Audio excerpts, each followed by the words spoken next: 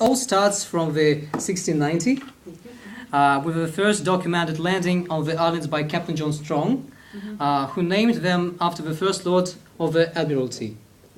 Well, in 1713 there was the treaty called Utrecht Treaty. It's the name of a city, and that this treaty was ratified by Spain, by France, by Portugal, and also by Americans, and about these Falkland Islands. In 1764, there was a scientist, Anthony Lewis. It doesn't matter. He was the first man to settle these islands, and the thing is that he was French. He came from from France. Yes, I'm sorry. And in 1766, lots of Britons arrived to strengthen the British settlement and discovered the French colony. And Spain was angry about it, and because they saw these actions as a violation of the Treaty of Utrecht. And well, as I said, France agreed to surrender, to make an act of cession and the land to Spain, but the thing is that in return for compensation. Right, of course, yes. Yeah. And purchase of land.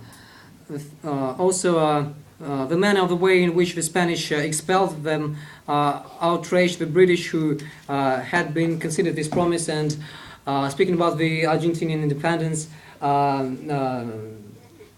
when Argentina became independent, they created a government, but it didn't fulfill people's needs, and there were lots of inhabitants. But and these inhabitants, they tried to overthrow this government, and they did it. And they succeeded in it. And the nature of the conflict changed after this independence, and in 1826 Britain resettled these islands, and there was a verbal protestation by Britain, and they said that this government was illegal, and and they occupied this land. And the thing is that these inhabitants, indigenous population, they wanted to be British, and